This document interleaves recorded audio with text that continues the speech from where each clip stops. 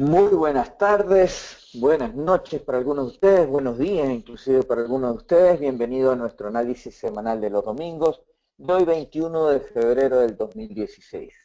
Primero que nada vamos a ver qué sucedió la semana pasada. Bueno, básicamente vemos que el dólar empezó a retomar fortaleza, empezamos a ver una normalización en los mercados, un poco más de calma y en realidad, tal como esperábamos, tal como lo dijimos la semana pasada, eh, vino la tranquilidad, los mercados tenían que venir la tranquilidad en algún momento, porque en realidad no había muchas cosas que habían cambiado. Como ustedes pueden ver, no hubo mayores movimientos.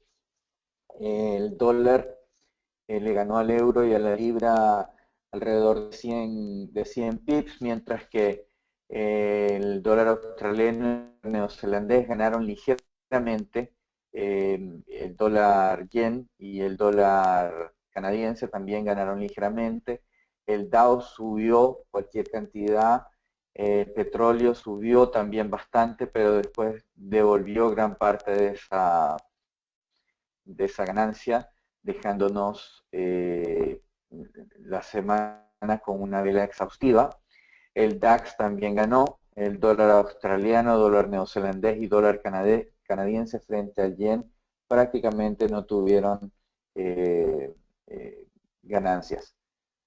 En todo caso, ¿qué pasó? El estado de ánimo del mercado fue positivo en general esta semana, lo que hizo que las monedas de refugio pierdan su brillo. Esta semana no tenemos muchas noticias, pero destacan la confianza del consumidor de Estados Unidos, los datos del PIB del Reino Unido y de Estados Unidos y los pedidos de bienes duraderos estadounidenses. Hubieron múltiples intentos de subir precios del petróleo, pero estos no duraron mucho. Sin embargo, se mostró algo de estabilidad.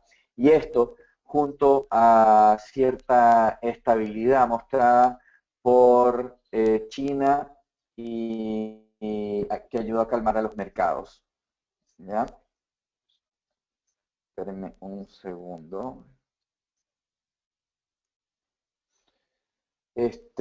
Por otro lado, los datos de Estados Unidos están mejorando claramente, mientras que el euro está debilitándose y la libra permanece estable frente a los cambios políticos relacionados con la permanencia del Reino Unido en la Comunidad Europea. Tal como lo mencioné la semana pasada o antepasada, esta semana empezamos a ver una cierta normalización en los mercados financieros. Vimos mejores datos de Estados Unidos y cierta normalización de China y de los mercados petroleros. Espero que esta tendencia siga y los fundamentales tomen el control nuevamente.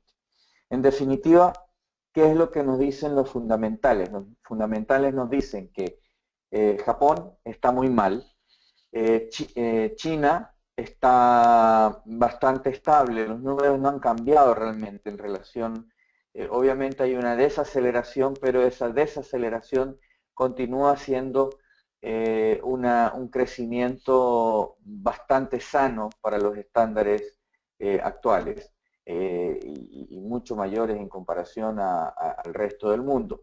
Por otro lado, Europa sigue con fuertes debilidades. Ahora el fin de semana estuve leyendo sobre 7 de cada 10 bancos europeos están teniendo problemas de capitalización, según los nuevos informes. Y Estados Unidos sigue bien. Obviamente no tan bien, pero sigue bien. O sea, sigue en positivo. O sea, lo fundamental nos diría que el euro dólar debería bajar, la libra dólar debería bajar, el dólar yen debería subir, el euro yen debería bajar, el euro australiano debería bajar, el dólar australiano dólar debería subir, la libra dólar australiano debería bajar, en fin, este, debería haber un movimiento más en coordinación con lo fundamental. Y yo creo que eso es lo que vamos a ver esta semana, vamos a seguir viendo eso, pero de manera más acelerada. Tenemos aquí los detalles del calendario de la semana. Como pueden ver, no hay muchas noticias fuertes.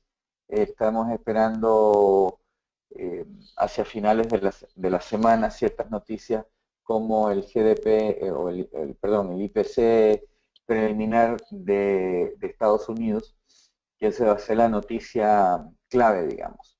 Bueno, para el análisis de las principales noticias fundamentales de esta semana, elegí siete eh,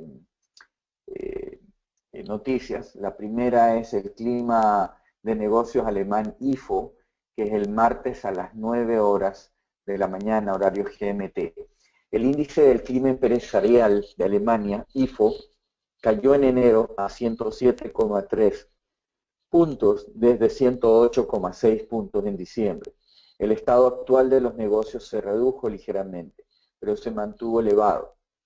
Sin embargo, las expectativas de negocios se deterioraron considerablemente. El sentimiento entre las empresas alemanas se debilitó desde inicios del 2016, planteando inquietudes sobre el crecimiento de la economía.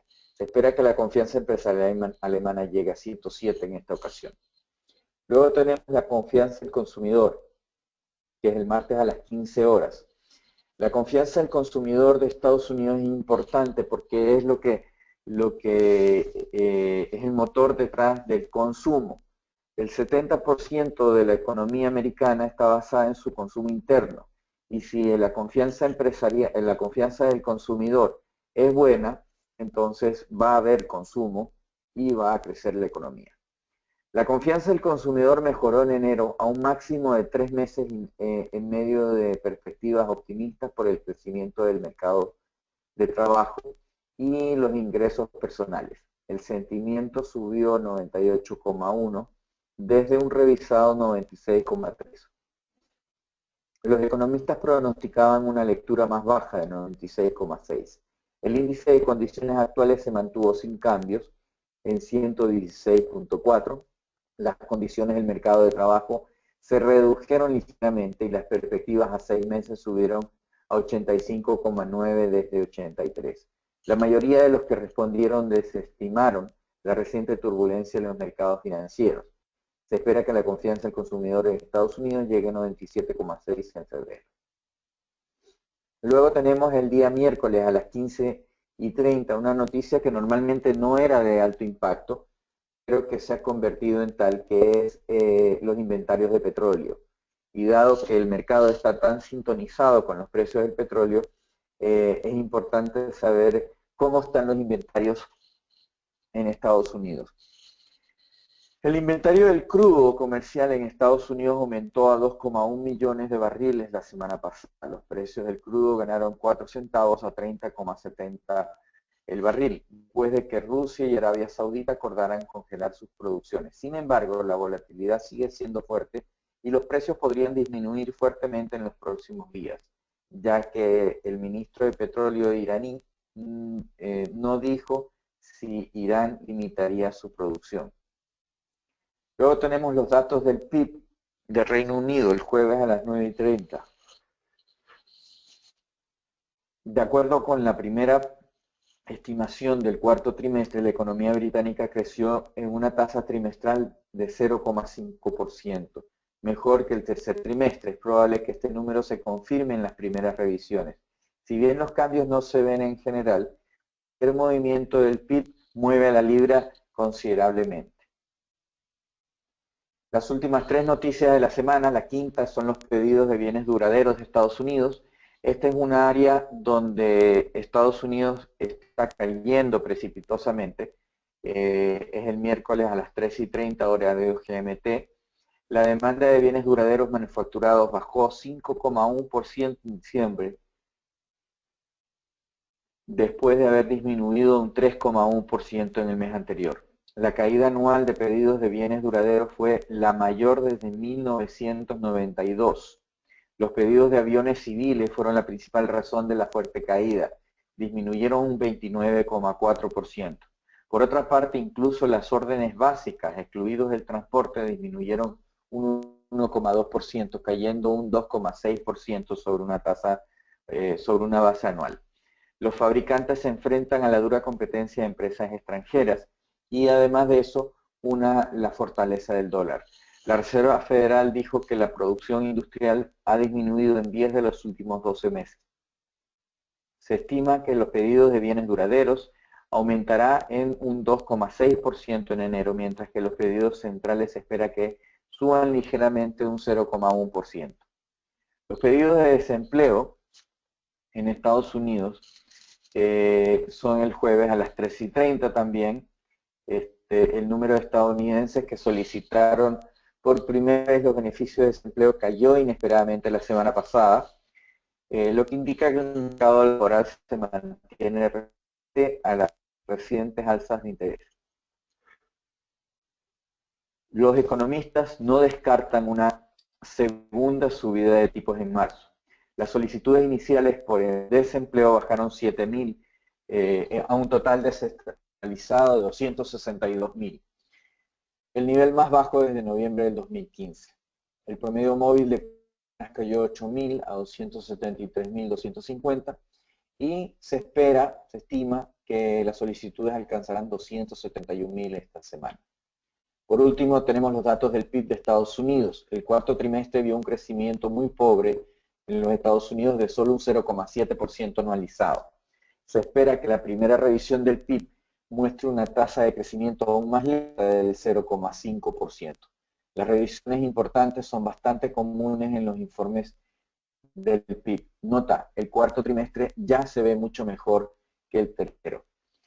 Bueno, esas serían las noticias importantes de la semana que nos pueden afectar en nuestro trading.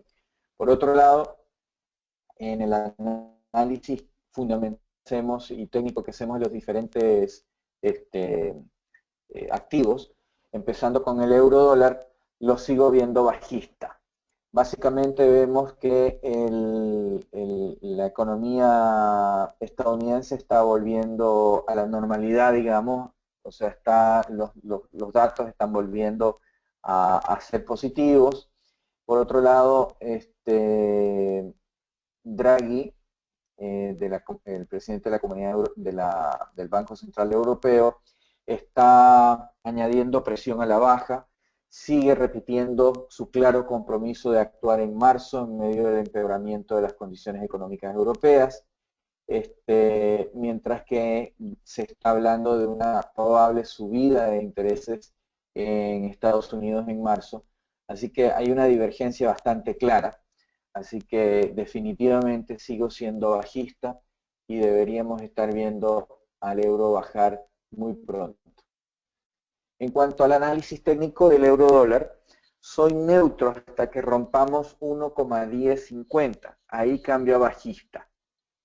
En este momento estamos en una especie de consolidación. La semana pasada intentamos romper 1,1050, pero no lo logramos. Si no logramos, vamos a estar subiendo vamos a estar pegando entre 1,15 y 1,1050. Ahora, si logramos romper 1,1050, ahí la verdad es que el siguiente paso sería 1,08 y de ahí para abajo 1,05. Así que definitivamente soy neutro, pero con tendencia bajista. En cuanto a la libra fue relativamente mala la semana pasada. El par cayó cerca de 100 puntos. Mientras que en los Estados Unidos hubo buenas noticias por el lado del empleo, las reclamaciones de desempleo se redujeron a 262.000, mientras que el IPC y el IPC subyacente subieron por encima de las estimaciones, y esto reactivó la especulación sobre una nueva alza en marzo. Por otro lado, en el Reino Unido, el empleo fue fuertemente a la baja y las ventas minoristas subieron, pero esto no fue suficiente para detener la fortaleza del dólar estadounidense.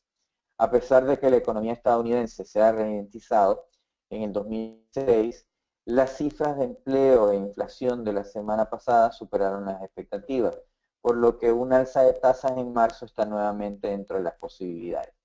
Hay una divergencia monetaria entre la Reserva Federal y el Banco Central de Inglaterra, y esto es buena noticia para el dólar americano. Así que sigo bajista. Yo creo que definitivamente nos estamos volviendo a la normalidad y esto significa que deberíamos estar bajando considerablemente en la libra dólar. Técnicamente también soy bajista, tuvimos una retracción, esa retracción se cumplió, ahora podríamos seguir un poquito más arriba en la retracción o romper a la baja. En todo caso, si rompemos esta retracción que vemos aquí, estaría entrando de corto porque estaríamos buscando 1.40. En cuanto al dólar yen sigo alcista por una simple razón. Toda esta fortaleza que ha habido en el yen ha sido simplemente por búsqueda de refugio puro por parte de los inversionistas, ya que el yen es una moneda de financiamiento. No hay nada fundamental en esta valorización que hemos visto en estas últimas semanas por parte del yen. Los fundamentales siguen apostando hacia Estados Unidos o apuntando hacia Estados Unidos, ya que Estados Unidos está mucho mejor económicamente hablando que Japón. La economía de Japón está cada vez peor y se está hablando de reaccionar con mayores estímulos en la economía, mientras que Estados Unidos está justamente en lo contrario. Así que por mucho que haya bajado o que esté bajando, no puedo ser bajista, sino tengo que seguir siendo alcista, fundamentalmente hablando. Técnicamente hablando, también. En todo caso, yo creo que estamos ya en una retracción. Tuvimos una vela interna la semana pasada. Eso nos está mostrando pues que ya no más este movimiento. En todo caso, sigo alcista en el largo plazo. En cuanto al análisis fundamental del dólar australiano, sigo bajista, ¿ya? El dólar australiano tuvo una semana muy poco agitada y registró ligeras ganancias. El par cerró en 71.50. La semana próxima tiene 5 eventos. El Banco Central sigue manteniendo un sesgo hacia la flexibilización monetaria y podría recortar las tasas si los niveles de inflación se debilitan, a pesar de que la economía estadounidense se ha ralentizado en el 2016. Las cifras de empleo e inflación de la semana pasada superaron las expectativas, por lo que un alza de tasas en marzo está de nuevo sobre la mesa. Esta divergencia monetaria es alcista para el dólar. Sin embargo, aquí tenemos una parte que tenemos que tomar en consideración. Si es que vuelve el apetito por el riesgo a los mercados, eso va a hacer que el dólar australiano suba. Entonces tenemos que tener ojo. Si estamos en risk on, entonces vamos a tener fortaleza por parte del dólar australiano. Técnicamente también sigo bajista, estamos por debajo de esta línea de tendencia alcista. Mientras sigamos en esta línea, sigo siendo bajista. Si es que llegásemos a romper, ahí cambian las cosas.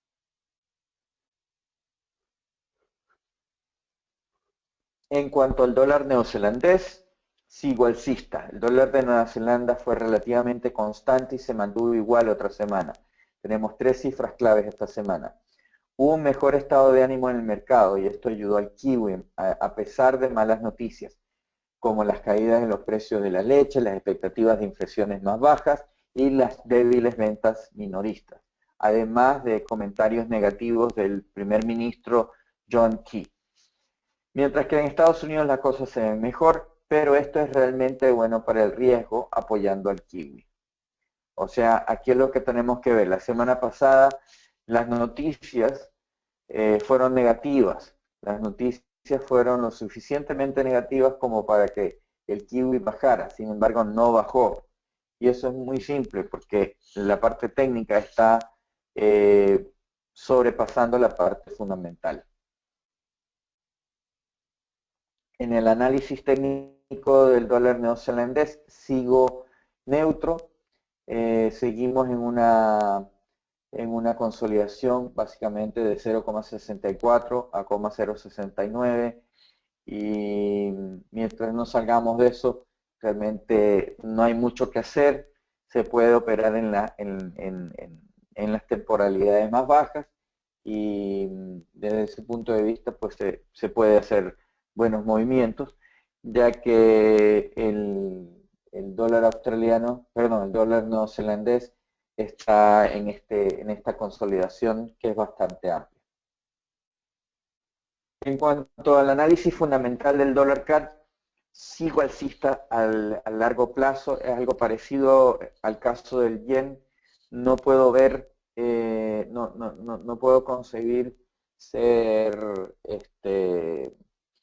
bajista, siendo que el dólar canadiense eh, ha mostrado mucha debilidad frente a la economía de Estados Unidos. Así que no veo más que ser alcista. Técnicamente también soy alcista. Estamos en una retracción, tal como veníamos diciendo hace tiempo, cualquier retracción es simplemente una oportunidad de compra. En cuanto al oro, el oro cayó significativamente durante el transcurso de la semana, pero encontró apoyo justo por debajo de 1200 para rebotar y formar un martillo. Este es un mercado que actualmente está sentado encima de un nivel de soporte muy significativo. Y el hecho de que hemos hecho un martillo para la semana nos indica que vamos a seguir subiendo más. Con esto el oro está en una tendencia alcista a largo plazo y es esencialmente un tipo de compra a largo plazo. El nivel por encima de 1300 es el siguiente objetivo, pero después de eso debería ir a 1360.